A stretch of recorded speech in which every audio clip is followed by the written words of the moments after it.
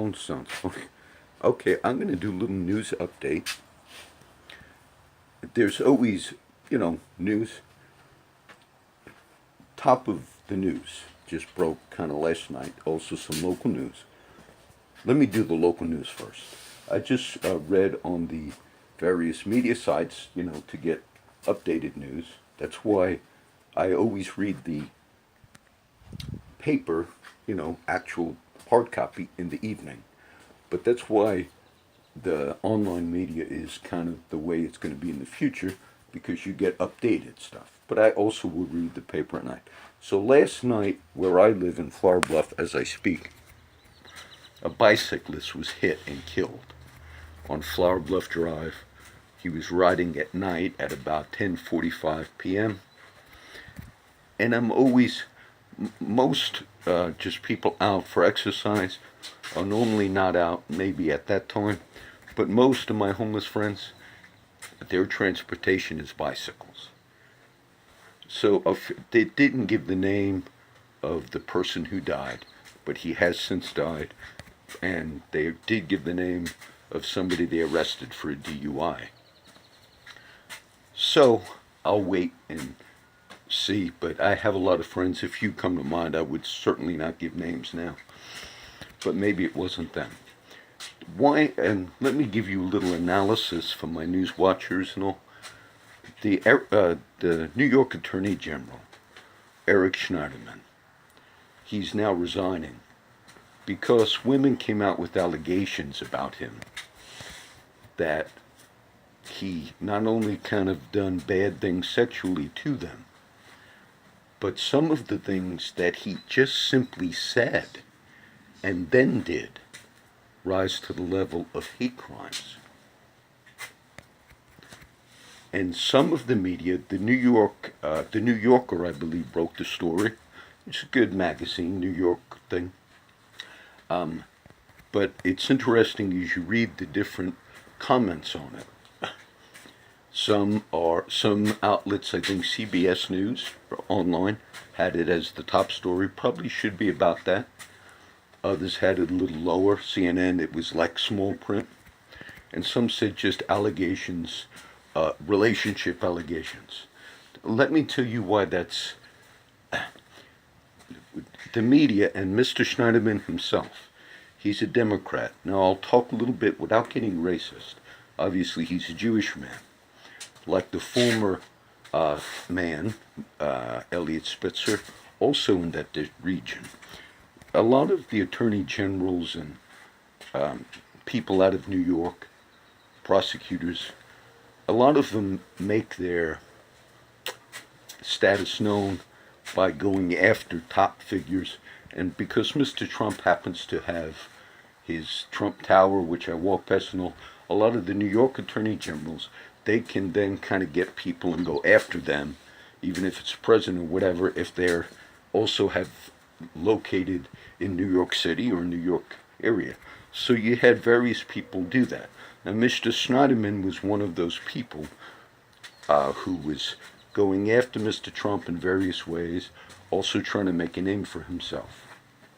One of the allegations, which probably seems serious and true, is he had a black foreign woman that during sex he beat her, referred to her as his black slave, and he would beat her and choke her during sexual intercourse, and according to her complaint, until he forced that black slave, his accusation is to call him master. Now, understand something as you look at all this. If you just said that to a black woman, meaning you didn't force her to have sex, you didn't beat her during sex, you didn't refer to her. If you just said to a woman on the street, "You are my black slave, call me master," do you know that could be considered a hate crime in and of itself? And if it was Mr. Trump or anything, that would be grounds for just the words. But now you had the top prosecutor, Attorney General, Mr. Schneiderman out of New York, and that's not the only allegation. There are others, but that black woman, he, that was the allegation. During the actual act of beating, choking, and having sex, referring to her as his black slave, would consistently abuse her until she succumbed, which obviously it seems like she didn't want to say that. You are my master. Now, the media is reporting some of that as, oh, there's some discrepancies in past relationships. Would you report that about, not all the media, but some are reporting it that way? But yet you have a consensual relationship, a Stormy Daniels thing, affair, which you never even question. Miss Daniels obviously had that affair with Mr. Trump. It's a porn star video maker. And then she settled for that, whatever, $130,000 payment. And even the question about why did you have the affair with him? And then why did you take money and then realize you can make more by rescinding that little agreement? All of that is literally what the scripture refers to as a prostitute, which I don't think you would lie about that. But yet the media have taken that particular case and raised that like to the Me Too movement. But an unwilling black woman that the top Democrat in New York referred to as my slave and beat her during sex until she would say, yes, master. And the media sees that as, it was somewhat of a relationship issue. That's what we call when we talk about fake news. Let me mention this. Also, Mr. Spitzer, as well as Mr. Schneiderman, never gloat. There's a scripture says, don't gloat over the fall of your enemies.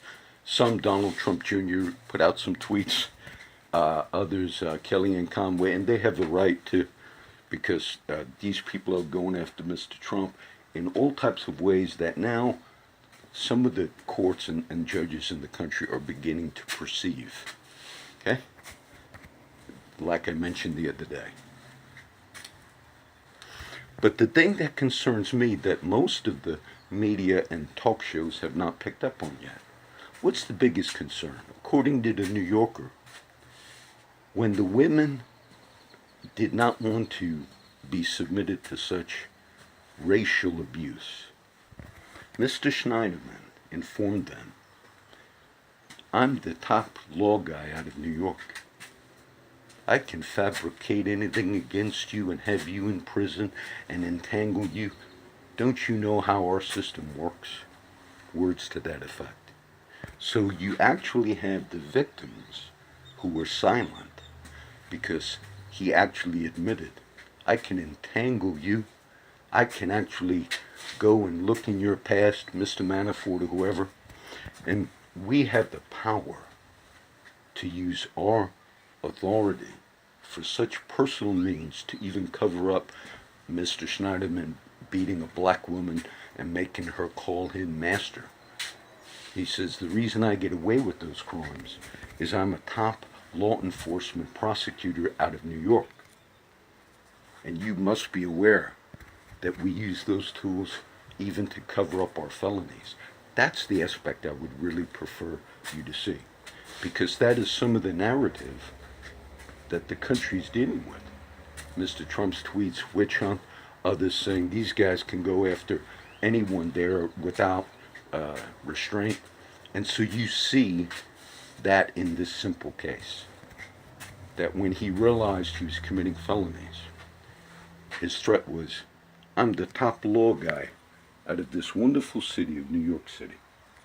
And if you dare try to obtain justice, justice is what we decide.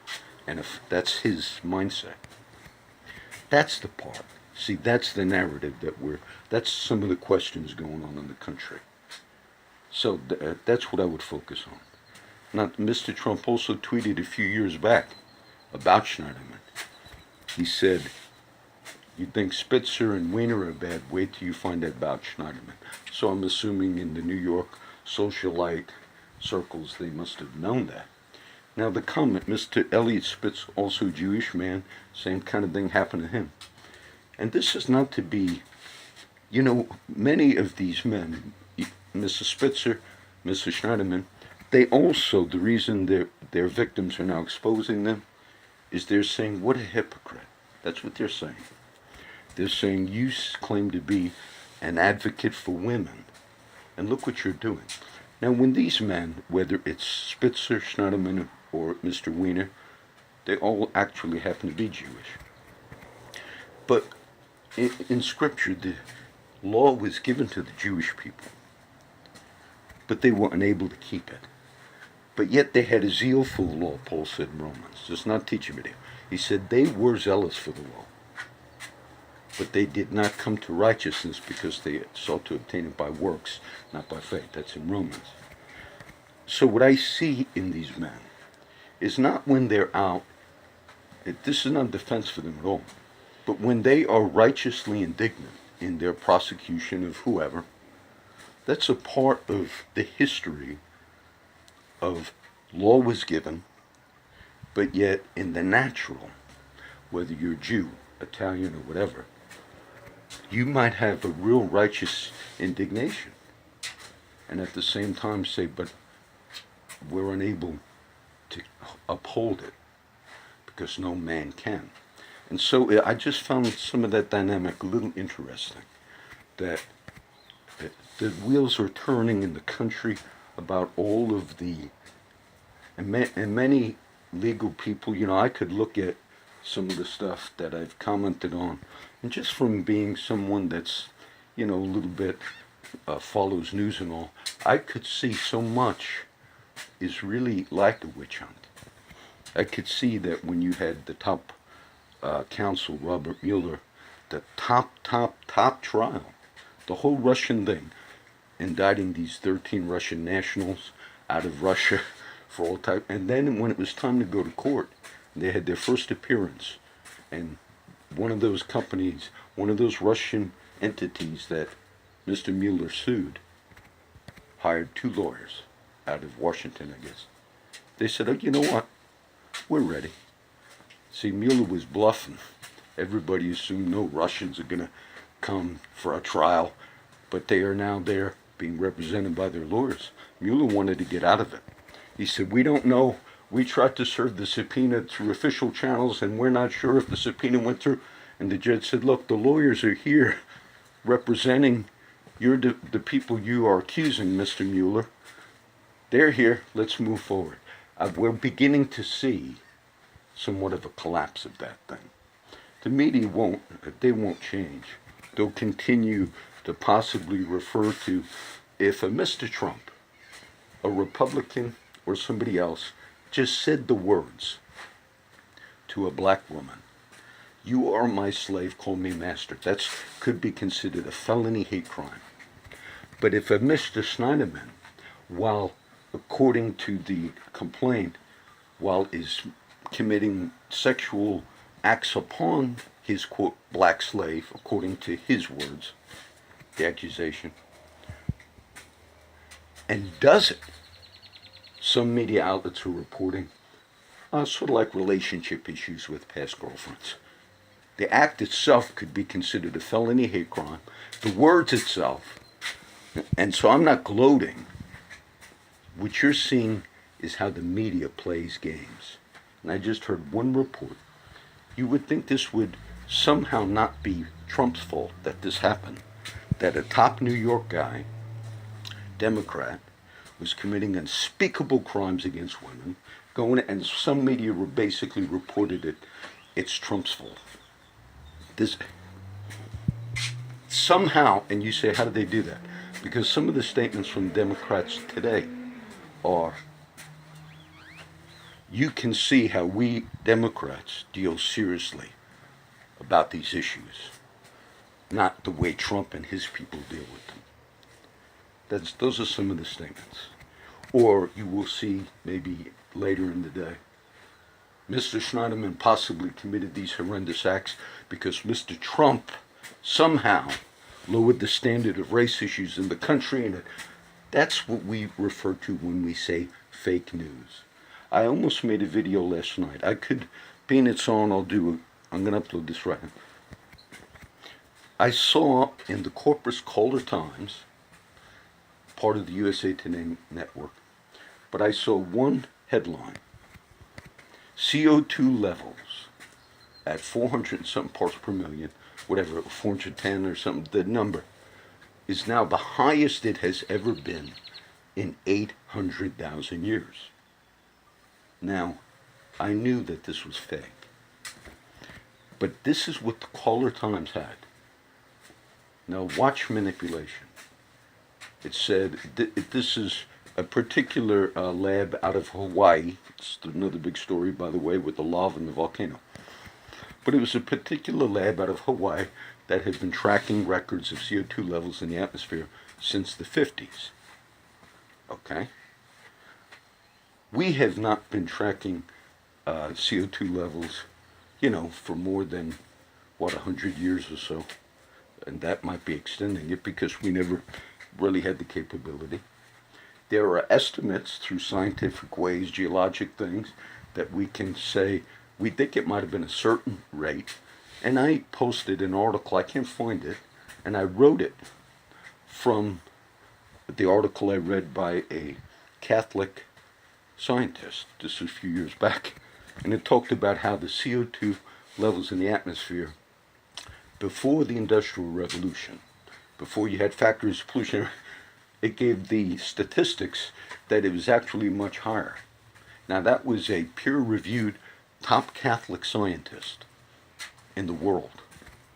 And I've read other articles, and I remember that. It had the parts per million of CO2 that were much higher. Out west, maybe in the early 1900s, I can't remember everything on it. And so I've read on this. So when I read from the Calder Times yesterday, well, it might have been one because I read 2 or 3 papers at once. I had them left over. And that title said what I just told you. It's now been measured at 400 some parts per million, highest recorded level in 800,000 years. How do they get away with that? In the same newspaper, it said, talked about exposing fake news and how the Calder Times and all the other media, they're true. The same paper. This is how they get away with it, because I know that was not true. Look at how manipulated it is.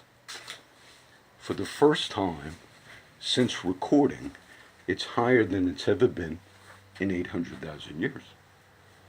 Not meaning it's never been higher, just the first time since we've been recording it. Since scientists have been measuring the levels of CO2, okay, it's the highest since we've recorded it in 800,000 years. Not that they've been recording it for 800,000 years. Not that it's higher than it ever has been in 800,000 years. But it's the highest since we've been recording it. Okay, since you've been recording it for the last, 80 years, 100 years? It's the highest since we've been recording it. And there's no other recording 800,000 years since. It gave the public impression it's the highest ever, which was false. Now, I knew that was fake because I've read articles of this. That's fake news. That's fake news. Fake news is when some person says to a black woman, "You're my slave, call me master." That's enough, hate crime.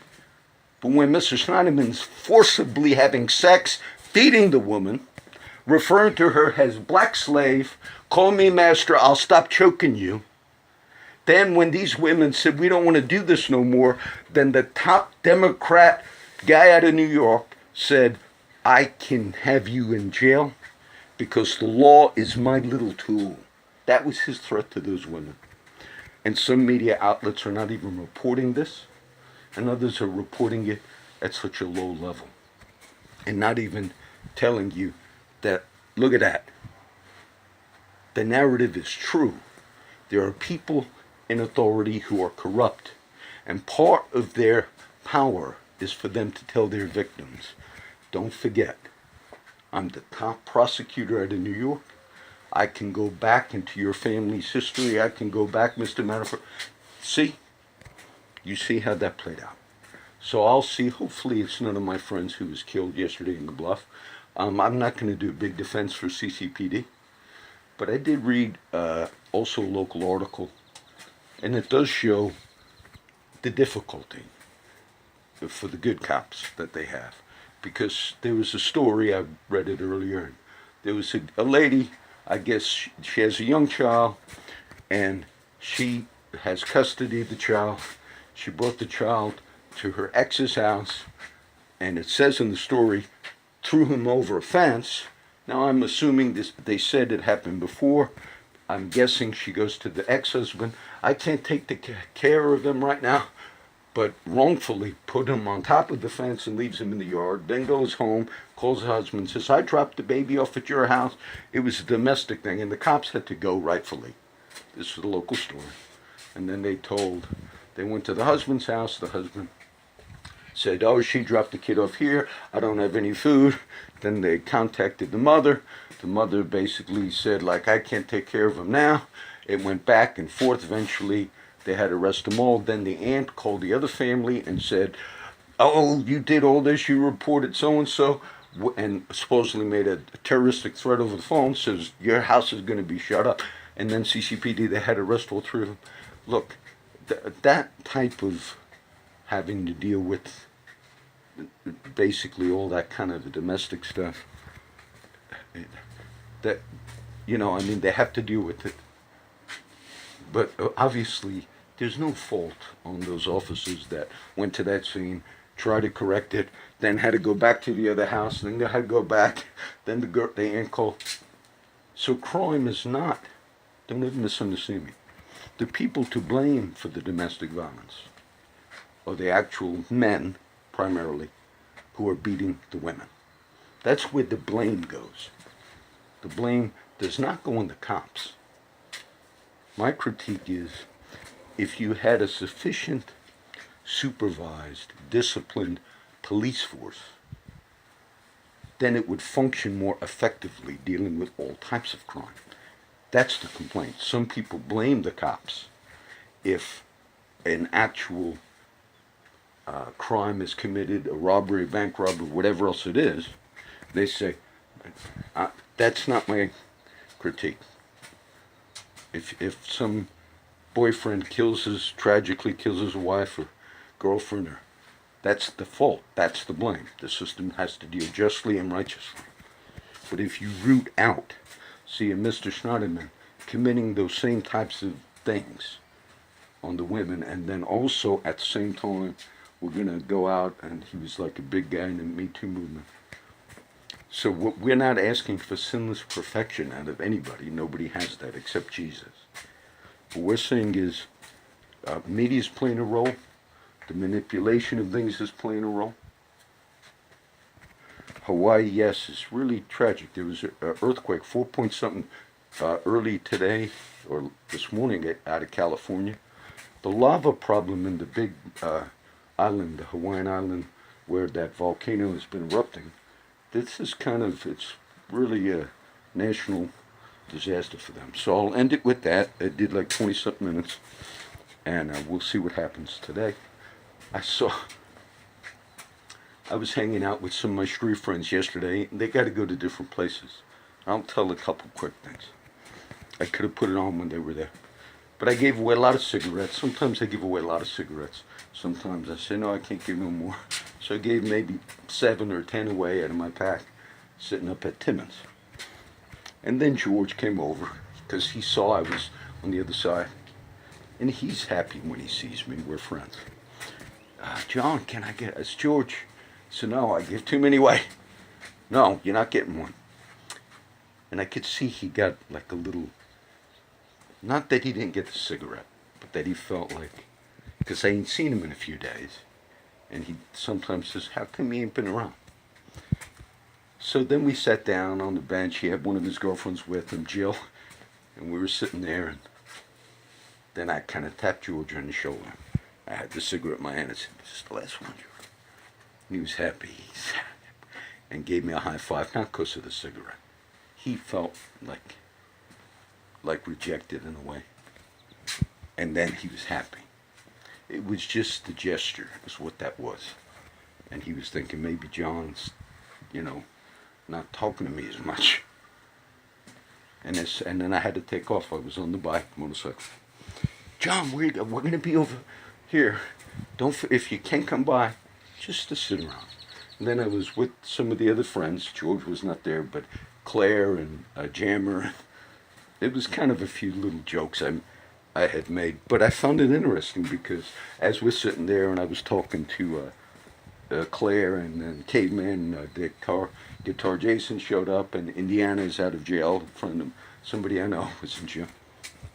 And so as they fight a little bit about stuff, I joked them a little, just arguing. And Claire then says, and what do you know about the Bible, Jammer, And what about Shadrach, Meshach, and Abednego? Because Claire was telling me that when Crow was reading the book of Daniel, she brought that up on her own, said, Crow sees you in the book of Daniel. And I've just been reading Daniel and Zechariah, some key chapters again. I mean, not that I'm Daniel. I'm saying I get a lot of instruction out of Daniel. So I found that was interesting that Claire mentioned that. But then she says to Jammer, James Paul, so who's Shadrach, Meshach, and Abednego? Like they're arguing. Well, those three boys that was thrown into the fire.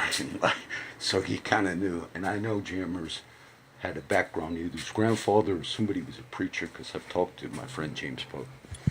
And then who was the fourth one? Who was the fourth one? Of course, famous story. So, and then eventually Jammer says, Jesus Christ. And I said, that's right, brother. Okay, so we'll end with that. I'll just see what happens throughout the day. And bless everybody.